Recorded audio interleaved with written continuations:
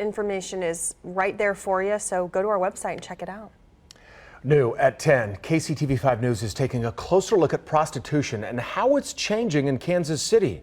Here's a look at last year's numbers. More than 300 arrests for solicitation, patronizing, or promoting prostitution. Police discovered 8 cases of human trafficking. Our investigative reporter Angie Racono joins us now live from downtown with a closer look at Kansas City's Vice Squad and their undercover work. Angie? Well, Brad, we've been with police as they're combing the streets and at hotels where they're busting men and women for buying and selling sex. Tonight, you'll hear from the women who say they need the money and from police who say this is far from a victimless crime.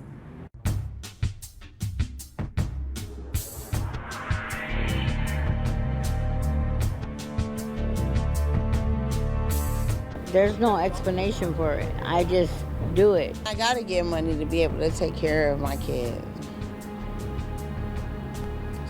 There ain't nothing you could do about it, you know? You gotta stop worrying about what I'm doing and mind your own business. It all boils down to money one way or the other. If you think prostitution happens under the cover of darkness, think again. Here's Kansas City's Vice Squad in broad daylight arresting men and women. Some shared their stories with us. I just had a really rough life. That's all. I mean, I really don't know how much I can really explain it. That's basically sums it up. I just had a really rough life. Are drugs a part of it? They have been. Yeah. I'm not gonna lie. This woman is a mother with a real job besides prostitution. I'm trying to keep my job and do what the hell I'm supposed to do to stay out of trouble. We even met a grandmother who's fighting to stay clean. Does it get scary out here? Yeah, it's a risk you take every day. Why do you do it then? I don't know. It sucks.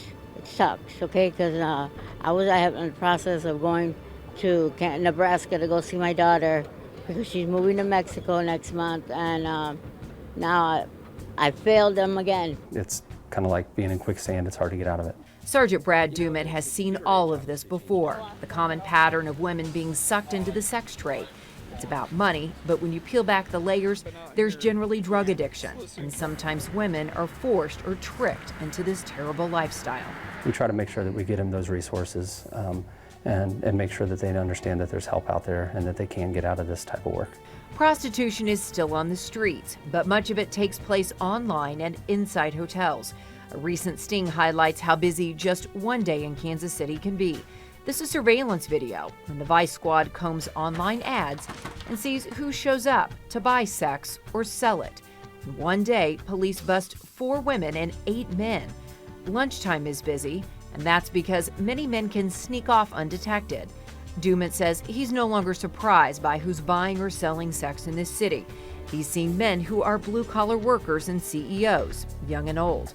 And the women selling sex, it's a diverse crowd too. We've had, teachers, real estate agents, and I mean, you name it, we've had it. There's really no end to it. Nothing surprises me.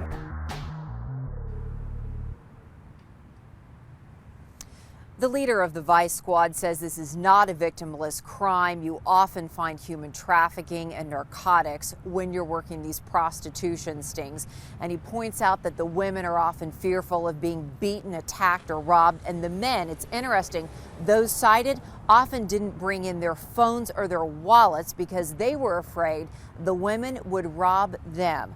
Reporting live in downtown Kansas City, Angie Racono, KCTV5 News. All right, thank you, Angie. And as she mentioned in the story, we think so many times that most of this takes place at night, and this was all happening during the day. Yeah, you saw how busy it was in that hotel room.